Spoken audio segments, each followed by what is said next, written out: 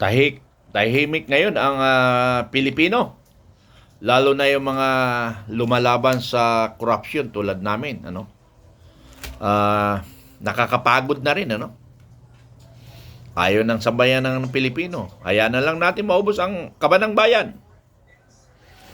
Pero parang hindi ako makakapayag na wala akong ginagawa. Ayaw kong mamatay ng walang ginagawa sa ating bansang Pilipinas. Nakapokus ako ngayon sa anomalyang nangyayari sa amin sa PGMC. May pera ang pensioner hanggang ngayon. Hindi pa nilabas. Pinunduhan ni Pangulong Duterte ang mga diferensyal ng tatlong presidente, President Erap, President Jaime, and Pinoy. Tatlong presidente, hindi nila pinunduhan yung mga differential na yun, nag-increase, pero hindi nila binigay yung mga natira. Pero ginawa ni Pangulong Duterte, ibinigay niya sa lahat ng MUP. Binigay niya noong June 2017. And yet, hanggang ngayon, hindi pa nila inubos na ibigay. 2017, may natira 4.9 billion na hinabol ko. Nung April 20, 2021, na-brief ako dyan, narinig ng tainga ko at nakita ng mata ko. Gaano kalayo? 3 meters. Kaya very clear sa aking mata at sa aking tainga. Ang testigo dyan, si Red Admiral De Los Reyes, Class 71. Kasama sa briefing. Dalawa kaming retired doon. With the Jago. 2 lawyers of Jago and Task Force Commander and the Operation Officer and other personnel ng Task Force Differential. After 1 week, na-relieve yung commander. Bakit naglabas siya ng information sa akin? Hindi, wala siyang Hindi, walang mali siya yung pag-brief sa akin kung hindi i-inform lang ako kasi binubulabog ko sila. Take note, yung 2018 differential, ako nagpwersa, kaya naibigay ng buwan-buwan sa inyo. Ha? Kaya wag yung sabihin, daldal ako ng daldal lang dito. Nagdadaldal ako dito para maibigay ang para sa mga pensyonado. Maraming salamat. Yes, pag-usapan lang natin ang napanood ko na video. Bago ako mag-comment ay gusto kong marinig lang ninyo ito. Junior sa helicopter sa kanyang last visit sa Davao City. Habang nangyayari ito, maririnig ang ilang estudyante ng Davao City Kalinan High School, National High School. Hello, hello! Yun, kinakantsawan ang Pangulo ng Pilipinas. Kung ano-anong pambabastos ang lumabas sa mga bibig ng mga estudyanteng ito. Paulit-ulit na maririnig. Bisaya kasi yun so itatranslate ko na lang. Paulit-ulit na maririnig ang mga bata na sumisigaw ng mga katagang tulad ng sarap tirahin sa puwet, sana sumabog, referring to the helicopter. Nagmamadali yan, maglakad, baka mabaril. Bangag, bangag, bangag. Mga bata. Kids. Mga batang natutong gawing katatawanan ang karahasan. Mga batang lumaki sa kultura na normalize ang marahas na pananalita. Ladies and gentlemen, mga kababayan, we have come to this point. Anong klaseng komunidad ang humuhubog sa pag-iisip at pag-uugali ng mga batang ganito? Tapos kunwari, galit tayo sa karahasan. Kunwari, shock tayo kapag may mga kabataang nasasangkot sa krimen. Pero kapag ang marahas na pananalita ay nagmumula sa mga idolo nating leader, katulad nung Shimenet. Okay. Makapal po ang tela nito mga boss. Tama naman yung sinasabi nung pangalan nung babalo na yun, na very close friend ni Mima Alicia. Mamaya pag-usapan natin yung tungkol kay Mima Alicia. Dito lang muna. Tama naman yung hindi tama yung pag-aasal ng mga kabataan. Ako, disagree rin ako doon. Pero yung anak ko nga rin ganun rin ang may galit sa Pangulo. Pero hindi ko pinapayagan na magmura. Pero ito nga ang tanong ko na lang, ibalik ko rin sa iyo, Babalo. Na saan nagmula yung kaisipan ng bata? Nagmula ba sa magulang?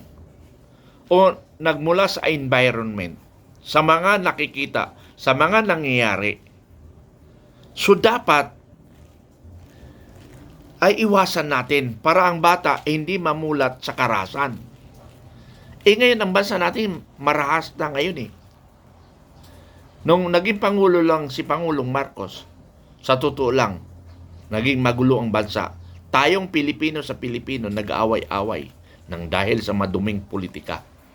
Wala akong kinasay dyan na partido dahil sa madumi. Kaya nga sabi ko maduming politika. Pero sana, ang bansa natin, ng panahon ni Duterte, tutukuyin na lang natin, very proud ang Pilipino sa ibang bansa. Ngayon, they are not proud to be a Filipino in other country. Other foreign people ay appreciated sa ginawa ni Pangulong Duterte. Now, kay Marcos, mayroon ba? Okay, balik tayo sa pag-uugali. Saan nakita ng mga bata? Kung mali ang tinuro ng magulang is baguhin natin. But gumawa ng curriculum ang DepEd na mga ganong karakter, baguhin natin. Huwag tayo maging specific. Nasa laging Davao ang banggit nyo, kinukontra nyo. Bakit ang Ilocos may rumambuhaman at wala? Kasi hindi ganon ang mga against corruption. Wala silang ini-specific lugar. Pero kayo mga loyalist vlogger, puro kayo Davao. Wala ba kayo ibang nakitang lugar? Sandaan nyo, ang Mindanao ang sumusuporta sa Luzon in terms of agriculture and mine. Pagka bumaan kay, gano'n na lang. So, tingnan natin kung saan nagmula yung pag-uugali ng bata. Biro mo, tirahin sa puwit. Sinabi nung Babalo. Anong ibig sabihin nun? Ibig sabihin, nakatatak sa isipan nila, nagpababira sa puwit.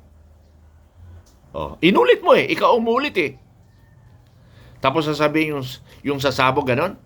Yun nga, saan nagmula saan nila nakukuha yung galit nila? Yun yung tingnan natin. That is a problem our country. Hindi yan problema ng ninuman. Problema ng namumuno sa gobyerno. Dapat yun ang tingnan ninyo. Dahil nagiging masama ng mga bata ngayon. Yun ang tingnan nyo, paano natin mabago. Sabi nga ng misis ko, sa sobrang pakialam ng mga otoridad sa pagdisiplina ng bata, nawalan ang magulang sa pagdidisiplina. It's true. Okay, punta tayo kay Mima Alicia. Iwanan natin yon.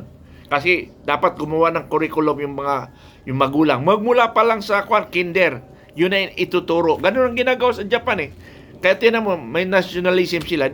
Sa atin, wala na Komunista ng nationalism ngayon Okay, punta tayo kay Mima.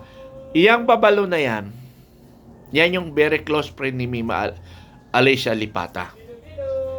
Bakit hindi siya nag-focus doon kung sino ba talaga ang nagpapatay? Alam niya kung sino Naramdaman niya. Pero binaliwala niya. Baka na-transfer sa kanyang kuruna. Siya ngayon ang kumikita ngayon. Sabi ko nga sa inyo, ang trabaho ng sindikato, walang puso yan. Ano man nagawa mong mabuti, pag kumalas ka at marami ka ng alam, itutumba ka. And that's part of the syndicate. Tandaan nyo mga vloggers, be reminded, huwag tayong magpagamit. Mamatay tayo na may dangal. Mamamatay tayo na pinaglalaban ang katotohanan na hindi nagpapagamit.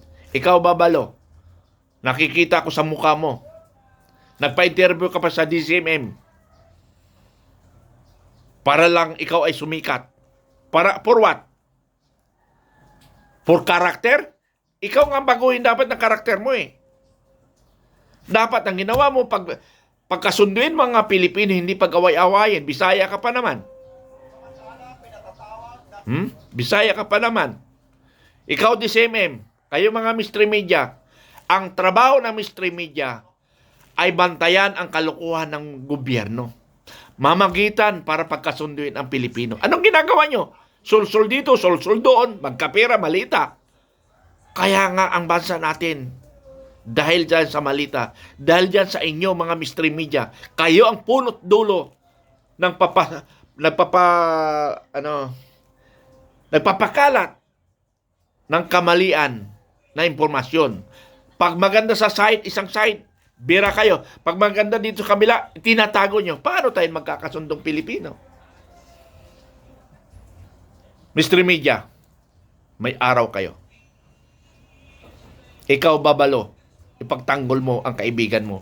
Hindi yung magkapera ka lang, nakalimutan mo yung kaibigan mo. Ipaglaban ang katarungan ng pagkamatay ni Mia Alisa. Kung hindi kayo, ako ang mag-uungkat. Sa bagay na ibang topic ko yun.